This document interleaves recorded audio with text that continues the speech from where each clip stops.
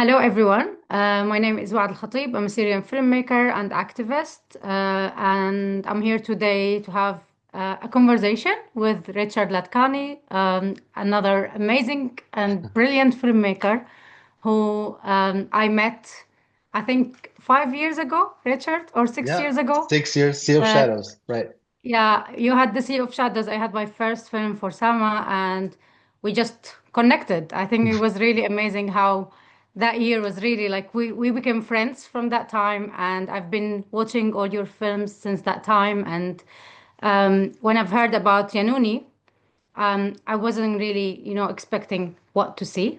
But Hmm. of course, I knew it will be something important. I knew it will be something full of passion and also activism, where I come from as well. Hmm. And I was waiting the whole film to know what Yanuni means. Like, I was waiting to Yeah. follow. And it was just unexpected, but amazing at the same time, which I felt really connected to, because Mm. my first film for Sama was for Sama for my daughter. Of So course, yeah, yes. so Now it I felt really forgot. like Yeah. it felt so real and yeah, it was really nice. Oh, wonderful. So lovely to talk to you about the film. I have No, many thank many you. questions.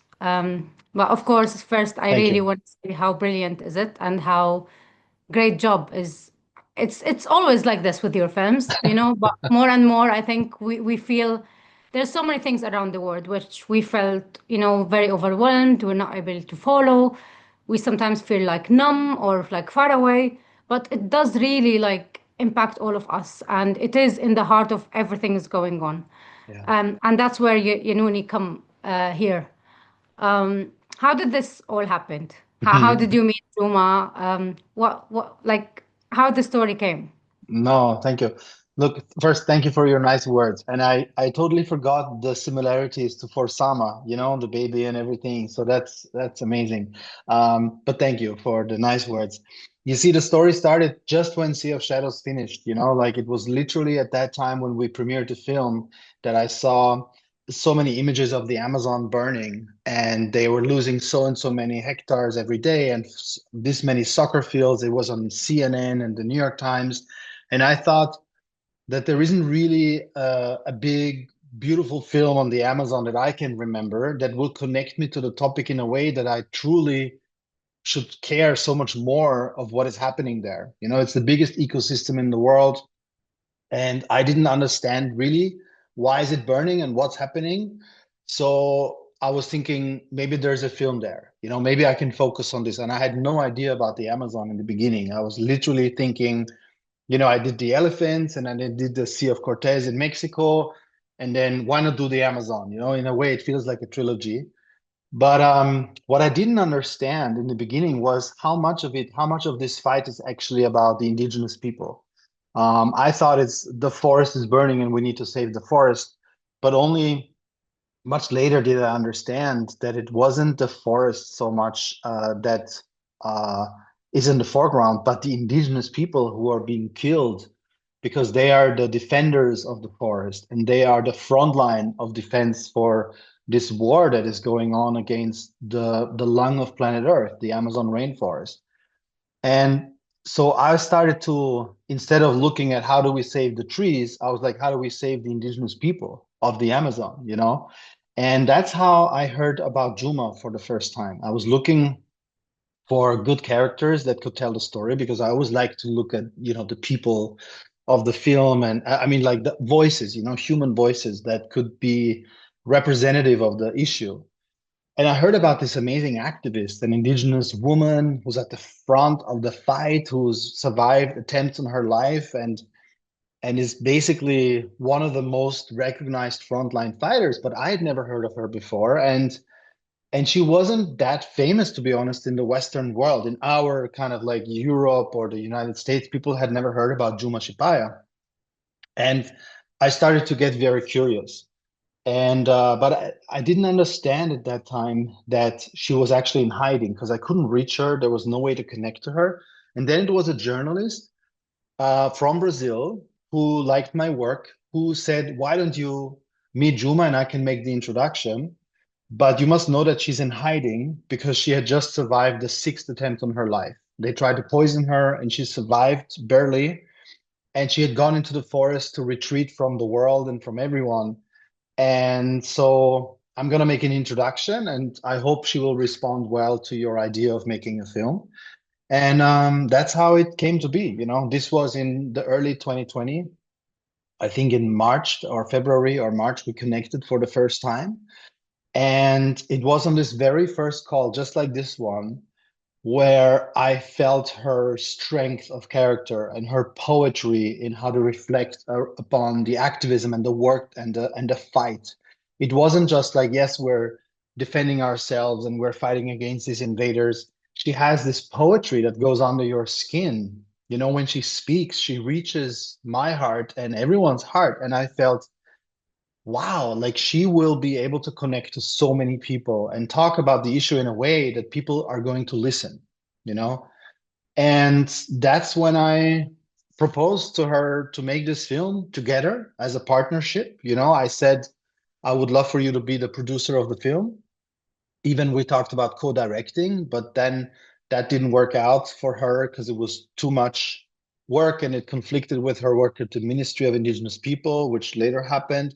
So she became a producer on the film, and I told her there is no script, there is no uh, preconceived idea that I'm following here. I just would love to be close to you so I can follow your fight and your activism and your defense of the forest, because I think this is what will resonate with people. If I can get as close to you as possible and be part of your life, I think we can make great work together. Yeah, I think it was very clear, like it felt the team felt like, intimate and close to each Mm, other. And I really didn't know how many people you were there. And I've tried to look at your Facebook because I saw a couple of, stories and mm, just see like behind the scenes because it was really interesting. Like it felt really close and felt like you know each other for a long time. She mm. was very kind of like comfortable, in front of the camera. It didn't feel at all that there is someone, like doesn't know her for a very long time. So Yeah, I think that all was really clear for me as an audience. But also, like to see her also in the credit as a producer, and also to see some of also the pictures in yeah, the edit and in other times, when she was like involved in her also capacity because we all watched what she was going through all these years, so it's not easy at all. And to yeah, add to that, like the pressure and the feeling, of having a documentary coming out about me. How was your relationship with her along this time? Because, I yeah. mean, she had a lot going on. You're absolutely right. So it was very challenging, I would say. We really were on very good terms. You know, we had our moments every now and then because this was a 5 year relationship, right? Until now, it's now we're in our sixth year actually. So you know, the idea for me was to give her as much control and power as possible, so she feels in control of this film, and also because this is so intimate and it's so much about security and risk as well. I said to her, please, you know, I want you to feel safe, you know, because you just survived six attempts in your life. I didn't want this film to be another burden on you or a security risk, which could happen, right? Because if people find out about this film, then they could try to kill her again. So she doesn't talk openly about what's happening. So we No, were exactly. very The film careful. is giving her like another tool of fight because now she's like her voice is all over the world. So it's definitely what they don't want her to do, which is, yeah, Exactly. So exactly. we Yeah, had to, so what happened was we had to keep the crew very small. Sometimes for months it was just me alone. You know, I was doing the camera and I was doing the sound and I was living with them. Very important, I had to learn Portuguese to make the film because it was impossible to do it with English. She didn't speak a word of English, and I wanted to be in her house and embedded in yeah. her life and family. So I learned Portuguese. It took me about 6 months, but it was fine because we had time. And you know, the one of the challenges also was I needed to really work in the indigenous time frame. You know, like understand that things are gonna take time and that decisions are always done as a collective in the indigenous communities. So when I ask her a question and I need a quick response, I'm not gonna get it because she will take it back to her people and she will then discuss with her mom and her dad and her brothers and her relatives, and then come back to me. And this sometimes takes weeks. So it's really challenging to understand that you can't do it on a normal film production schedule. Yeah. Like, oh, we're going to do this in 6 to 8 months. No, this is going to take years because everything will be done in a different time frame. And that's fine. And this is what I had to learn. So I had a big learning curve myself. And I felt, we had a really good relationship because I constantly showed her footage. We talked about where the story is going, and really, it was, sometimes to the point so intimate, and I became so much part of the family that they forgot that I was even there. So there were scenes that I shot where I was thinking, are they aware that I'm kind of recording this? This is very personal. This is very intense. And sometimes they weren't. They had just forgotten me because I was standing in like the bathroom filming with a long lens from the bathroom, which was dark, or in a closet to be out of their way.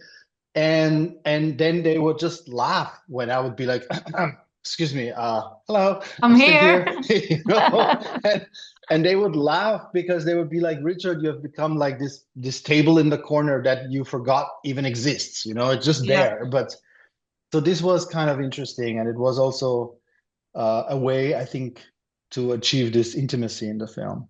No, amazing. That was very clear and very needed, I think. It's amazing. And so lovely to hear about the stories, behind the scenes of, Yeah, how did that happen. I yeah, think one of the very interesting moments, I think, in the film when she joined the government mhm. that she was always opposing and trying to like fight. Um, did you see that coming? How did that happen? How did she like?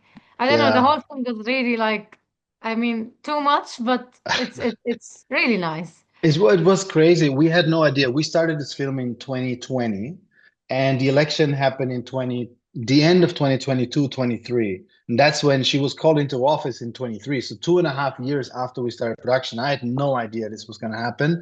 And first, I was shocked because I thought this is the end of my movie because the government will not allow me to continue filming inside the government. And two, she's now going to be in an office in the capital, far away from the rainforest, like 3,000 miles away. And where's this story going to go? So it was a real crisis moment. And then I thought, well, whenever you face a challenge like this, the total unexpected, I remembered what I said to her. There is no script. There is no narrative that we're following. We're just going to portray your life and see where it takes us, and it will be amazing and exciting for sure. So I just said, let's follow the story. Let's follow what is really happening.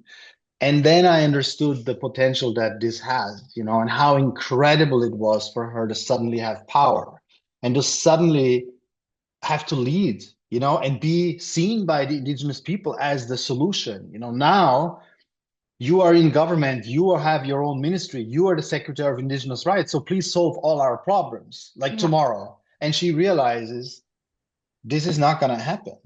This is really hard. Like to govern is hard, to be in power is hard. And the expectations that came with that Yeah. totally stressed her out. Suddenly to be like, if something doesn't happen, it's her fault, And so this was super interesting. So the film completely pivoted in a different direction. And then again, 2 months later, we find out that she's pregnant. Again, I'm like, oh my God. Like that's like crazy. How do we deal with that? And then it again turned into its own narrative because her husband became also more interesting. Like, who's Yeah, I this think, father of this her is what child? I wanted to ask you about this because when I was watching, I was like, I want to know more about him. Like Yeah. it kept coming in and going. Like I was like, like Yeah. who is he? What's Who's he? going on? And Right? then suddenly, like we're off with him in the very, like interesting way.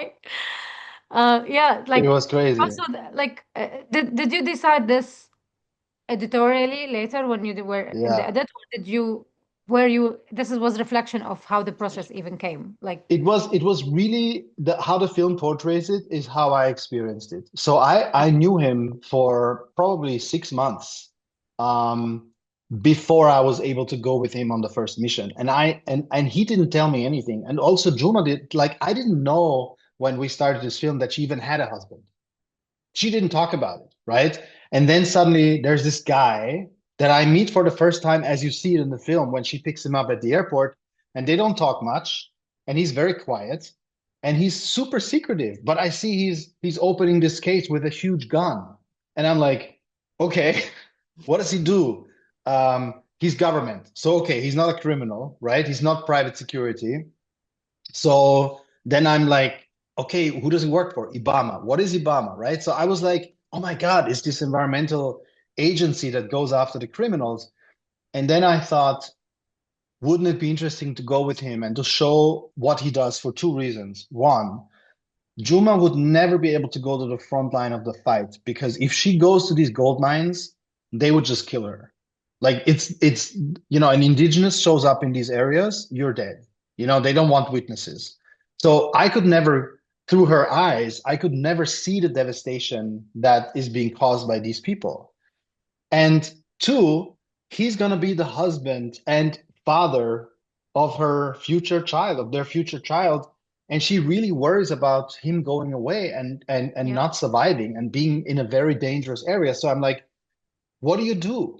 So this is how this came to be that I said to Hugo after a long time of getting to know him and asking him and also gaining his trust is like, could I follow you on one of those missions to see what you're doing, What And was the conversation with yeah. him when you were asking this question? Like how did he take it? You know what he said to me? He's like, your chances of dying are 50%. And I'm like, I was laughing, like, what do you mean? And he's like, you're not a trained soldier. Like, people train for 2 years intensively to go on a mission like that. And if you come with us, you will be one of us for 2 weeks in the jungle. You will have to survive on your own. You'll have to bring your own food. You will have to stay out of line of fire in case like gunfire erupts. We can't protect you because you're taking the seat of one of our guys. So we are down one man. That means our security is lessened because of your presence. So we're not going to be your bodyguards. You will have to survive on your own. Do you really want to come? Like, is this really in your interest? And I talked to Anita, like my wife and Because this is producer. exactly where I want to go now. Like, Yeah, how's Anita doing with this? This exactly. risk of And like and production she assessment? she was basically involved in all these decisions. And because, she's the mother of my children and we are very close and we produce these films together, I said to her, Hugo just told me that I may not come back and the chance of dying is 50%. So it's like really high risk. What do you think? And we discussed this together and she said, look, as far as I know, she did quick research, like IBAMA officers don't usually die on these missions. It's very rare for someone to die. So hopefully he's exaggerating and let's mitigate risk as much as possible. And my wife also grew up in Beirut. She was in the Lebanon war. She understood gunfights and war and basically like what that means and that it's not a constant everyday moment of threat. Like, there are good days and bad days. So basically, let's mitigate risk as much as possible. Let's prepare as well as possible. But we decided together, I'm gonna go. Like, this is gonna be worth it. And yeah, and I'm just then interested here a little bit more on like how did you manage like risk on this production? Because like when we talk now about filmmakers in mm, so many areas around the world, there's war, there's really difficult situation, and this conversation is happening all the time, and these sure. stories are very important. They need to be captured. We Yeah, need to be there for that. yeah, So what what did you do differently this time to make sure, like it's more safe and it's what it of is course. at the end of the day? It Yeah. was a few things. So first of all, we hired the best security advisors that in the country that we could find, Brazilians that were highly recommended, that deal with hostile environments, and also with like indigenous people that are under threat. So they provide safe houses and do like witness extraction programs where they are put into safe places. So they And this was understand. made for Juma from the beginning of the film, or This was before we even started filming. yeah, So we brought in yeah, a big security budget. It was a big part of our budget was security, and we covered all of that and even beyond production. So we added 2 years of full security protection with this company and with these people for 2 years after the film's release, because we said when Juma becomes famous and Hugo, yeah, they will need protection, they will need monitoring of social media, they will need to protect the families and their children and everything, right? So it's a full on, it was like a 6 year security program, okay, that we had to fund. This is what we did in the beginning before we did the first day of shooting. Like this was a mandatory thing for us. And then, so this is in order to protect any sort of decisions that could be wrong from us in case people are starting to notice we're making this film. We yeah, needed to mitigate risk immediately. Like, so these people were watching, advising us, do not use a microphone in public, like on your camera. Shoot with the smallest possible camera so you look like a tourist or like not a professional. Don't post anything on social media. So the whole time we were doing this film, there was almost nothing on social media what we were doing. We usually called it like a nature film. I'm in the Amazon filming about yeah, trees and this and that. We never focused on Juma or Hugo, anything like that. So this was number one. And then also, we use them to advise us on, when I understood I'm going to go on these Ibama missions, they advised me and they supported me in every way. I had a satellite phone, I had satellite trackers, I had like emergency extraction in the area in case something goes wrong. We were mitigating risk at every level because it was important for Juma and the family and also for me and the crew. And also another thing was I was going to take the full risk myself, mostly.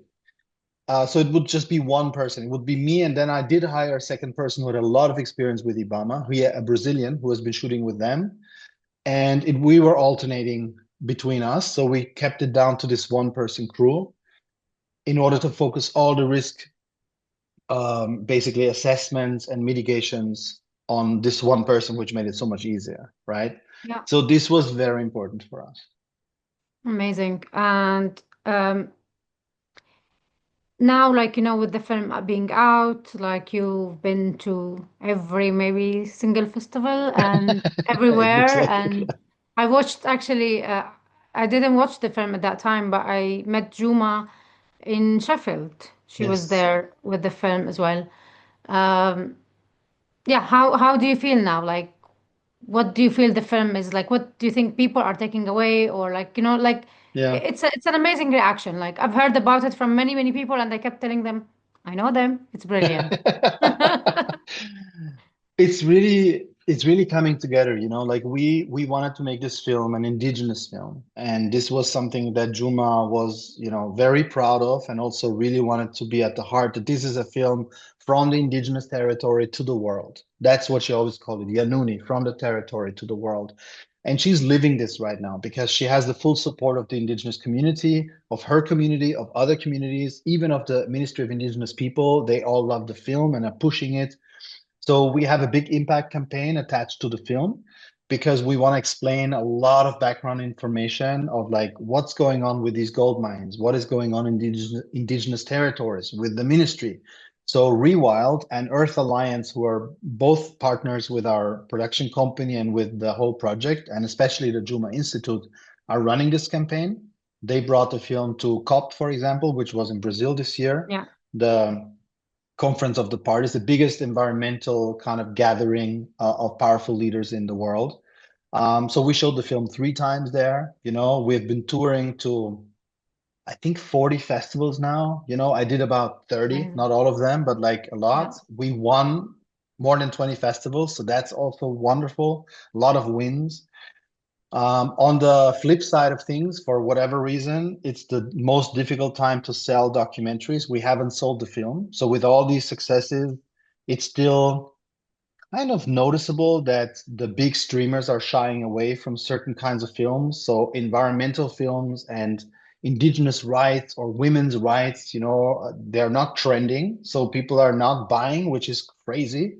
I mean, I still believe that, climate related stories and environmental stories matter so much because what are we going to do if we lose the Amazon? Like Yeah. where's the air going to come from and the clean water and all of that? So it's a shame, but the trajectory of the film is working for us, being shortlisted now for the Oscar was extremely meaningful. Like Juma cried when she found out. She has taken it very personal, that the success of the film is tied to the future also of the indigenous movement in a way, because it's their tool right now to show the world what is happening there. It's the most powerful tool they have, in her words. So we're going in all the way. She's coming back now from the Amazon with Hugo. We're meeting in New York tomorrow. We're going on a tour. We'll be in Los Angeles and San Francisco and on many media stations.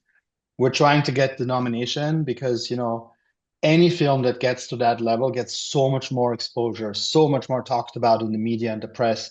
And this is why we made the film. We wanted to make a difference in the Amazon for the indigenous movement and the people, put her Juma Institute on strong legs for the future, so that they can fight back. They have the means and the tools and the funding to resist and, get these criminals out of their territories. So it needs political will. So there's so much going on that we are exactly where we wanted to be. We're in a good place. Juma is proud. Her people are proud, which makes me proud, to be aligned like that. And yeah, we're happy. We're looking forward. The fight is not over. That's clear, Yeah. Um, it's going on right now. People are still dying. The gold mines are still expanding, but we're trying what we can to fight back, and this film hopefully is a powerful tool to make that happen.